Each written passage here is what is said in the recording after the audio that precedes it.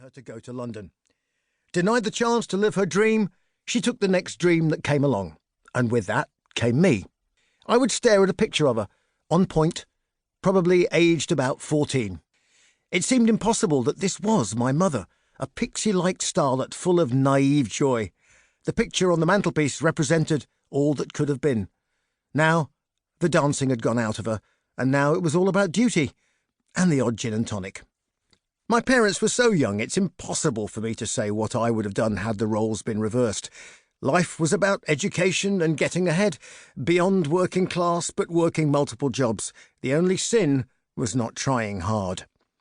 My father was very serious about most things, and he tried very hard. One of a family of 6, he was the offspring of a farm girl sold into service, aged 12, and a raffish local builder and motorcycle-riding captain of the football team in Great Yarmouth.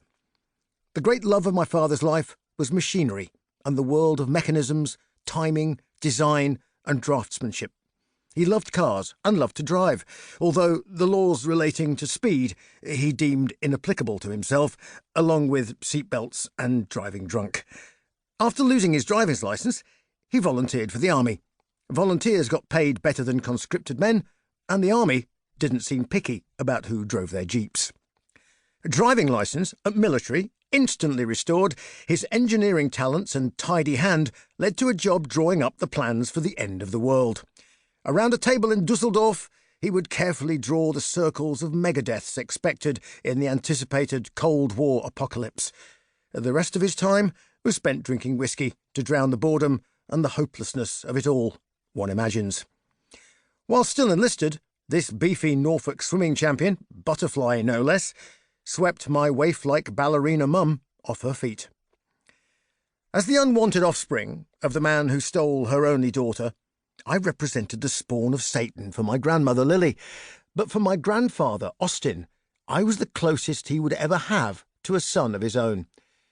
For the first 5 years of my life, they were de facto in loco parentis. As early childhood goes, it was pretty decent. There were long walks in the woods, rabbit holes, haunting flatland winter sunsets, and sparkling frost shimmering under purple skies. My real parents had been travelling and working in a succession of nightclubs with their performing dog act, as in poodles, hoops, and leotards. Go figure. The number 52 on the house at Manton Crescent was painted white. It was a standard brick-built, semi-detached council house. Manton Colliery was a deep coal mine, and it was where my grandfather worked. My grandfather had been a miner since the age of 13. Too small to be legal, he cunningly and barefacedly lied about his age and his height, which, like mine, was not very much. To get round the regulations that said you were tall enough to go down the pit if your lantern did not trail on the ground by its lanyard while suspended from the belt, he simply put a couple of knots in it. He came close to going to war, but got as far as the garden gate. He was in the Territorial Army, a part-time volunteer, but as coal mining was a reserved occupation, he didn't have to fight. So he stood in his uniform, ready, as his platoon marched off to fight in France.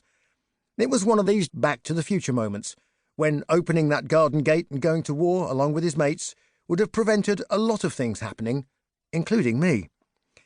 My grandmother stood defiant, hands on hips, in the front doorway.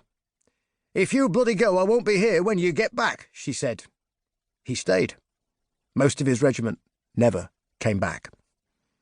With a miner for a grandfather, we got the council home and free coal delivered, and the art of making the coal fire that heated the house has turned me into a lifelong pyromaniac. We did not possess a telephone, a refrigerator, central heating, a car, or an inside toilet. We borrowed other people's fridges and had a small larder, dank and cold, which I avoided like the plague. Cooking was 2 electric hobs and a coal-fired oven, although electricity was seen as a luxury to be avoided at all costs. We had a vacuum cleaner, and my favourite device, a mangle. 2 rollers that squeezed the water from washed clothing. A giant handle turned the machine over as sheets, shirts and trousers flopped out into a bucket after being squeezed through its rollers. There was a plastic portable bath for me, as my grandfather would arrive home clean from the pit washrooms.